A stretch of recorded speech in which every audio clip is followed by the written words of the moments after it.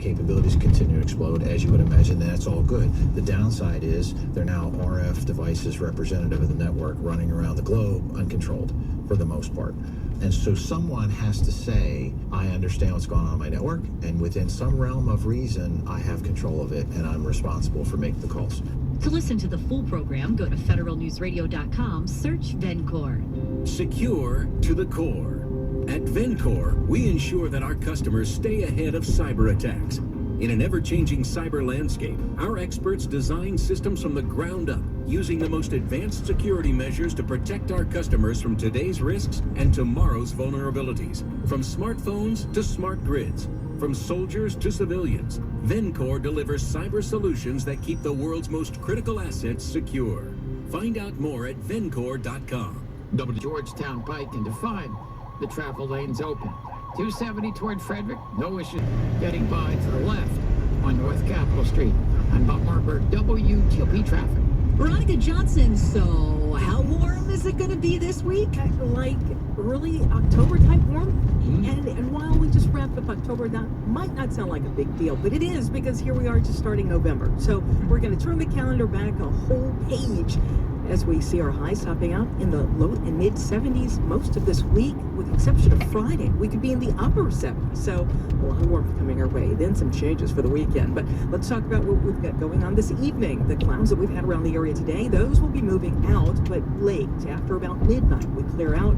For the most part, we still have a very light wind, and there could be some patchy fog around the area tomorrow morning, as well as on Wednesday morning. Temps tomorrow, again, low 70s. Same deal for Wednesday with a lot of afternoon sunshine. We'll pick up some clouds late Wednesday into early Thursday morning, maybe even some sunrise light showers for your Thursday. But Rockville now at 64. All right, thanks, Veronica. 421 here on WTOP. Now the latest on a stabbing in Reston early Sunday morning. Fairfax County Police say they need your help.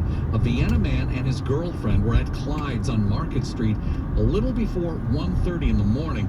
Police say an unknown man approached them and started to talk with the girlfriend. There was an argument, and police say the unknown man pulled out a knife and stabbed the boyfriend. The victim's wounds are not life-threatening. The suspect is described as Hispanic, wearing a black jacket, a white shirt, and blue jeans. If you have any information that could help find him, call Fairfax County Police. You can even text information to TIP 187. A Metro rail car came off the track early today at Brentwood Yard. No one is hurt, but Metro has clearly got something to worry about. Metro says this was a low-speed derailment as the car was on its way to the service and inspection building. One set of wheels came off the track, but the car stayed upright. The car wasn't carrying any passengers at the time. The Federal Transit Administration and the Tri-State Oversight Committee know about it. Metro itself is investigating. Back in August, a train without passengers derailed at the Smithsonian Station, suspending service for hours. Andrew Mullenbeck, WTOP News. Now, to your health on WTOP. When a restaurant menu contains calorie counts, do you use them to make your meal choices? The jury is out on whether Americans... For many U.S. restaurants next year, researchers wanted to see whether chains that currently include them have lower cal menu items. They do, according to this study in the journal Health Affairs of 66 large restaurant groups.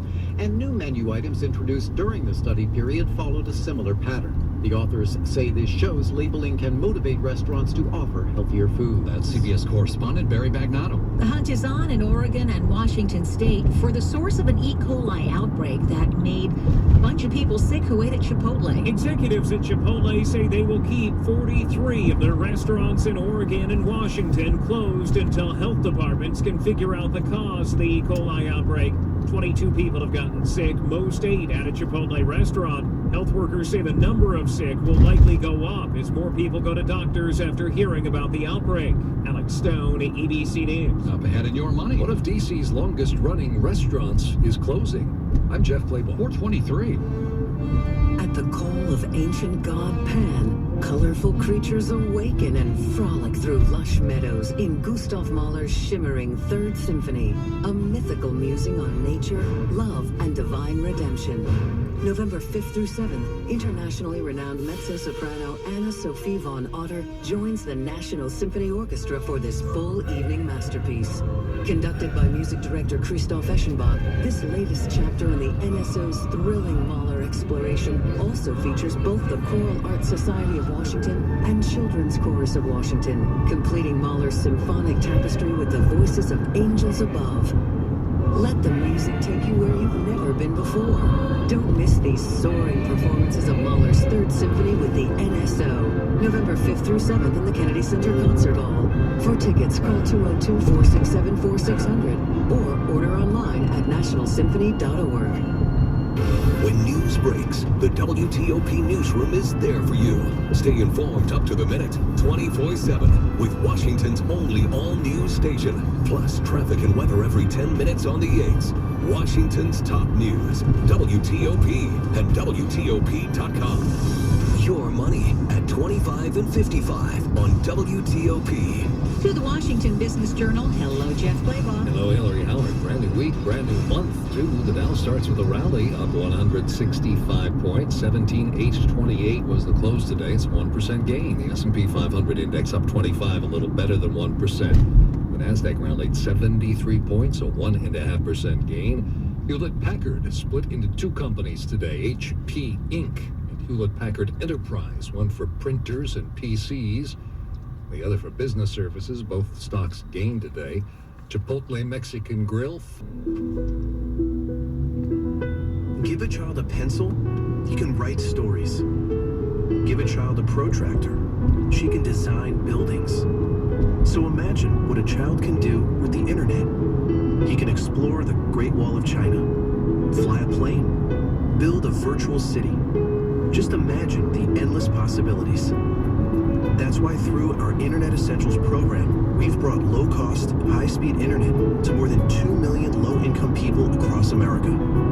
That's hundreds of thousands of children who are better prepared for school and for life. And now, Internet Essentials is even better. We're offering Wi-Fi at home and doubling internet speed, so more children can discover what's possible faster. Internet Essentials from Comcast, helping to bridge the digital divide. Learn more at ComcastCorporation.com/IE. It's 428. Traffic and weather on the 8s and when it breaks. On the Beltway in Maryland, delays begin west of Old Georgetown Road, well before the big curve, and southbound on the 270 spur before the Beltway. The issue ahead is in Virginia, between the George Washington Parkway and the Georgetown Pike, along the right side of the roadway. At least two do get by to the left, and drivers on the service road from the George Washington Parkway pass to the right of the mishap involving the truck, and then can take the ramp to rejoin the outer loop, all of which is before you go under the Georgetown Pike. So all options are open, but mainline drivers stay left in a column of twos. Inner loop slows for looking. On the westbound lanes of I-66, the southbound lanes of I-95, westbound beyond Gainesville, southbound beyond Garrisonville. Overall running more smoothly than normal.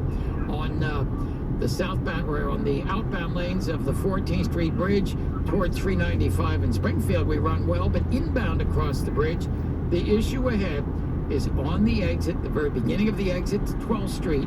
2 lanes blocked to refuel the dump truck, stay to the center, and then pick up the exit for 12th Street.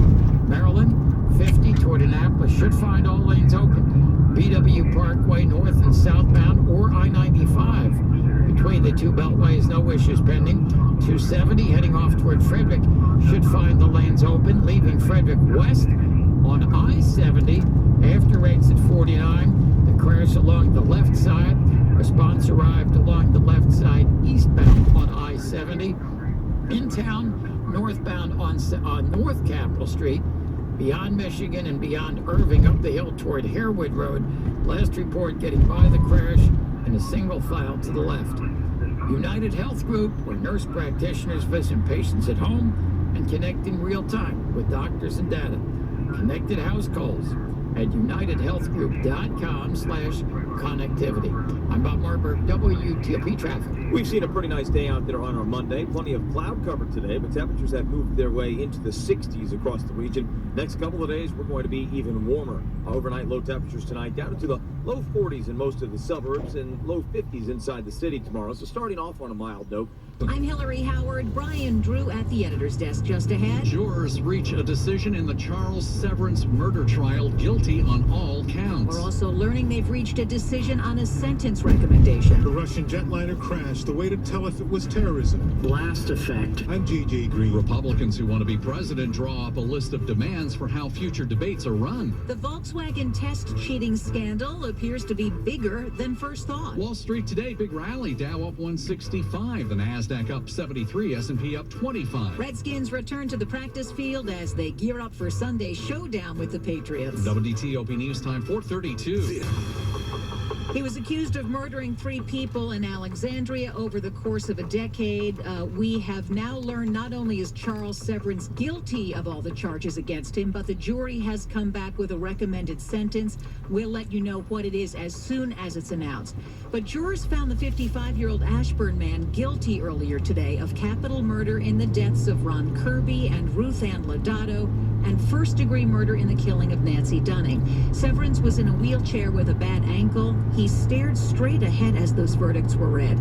Prosecutors say he wanted revenge after losing a child custody case. Defense lawyers say authorities jumped to conclusions because of Severance's mental illness and violence-tinged writings. Well, as Hillary mentioned, the jury has come up with a sentence recommendation, but it has not yet been announced in court. We'll have that for you momentarily.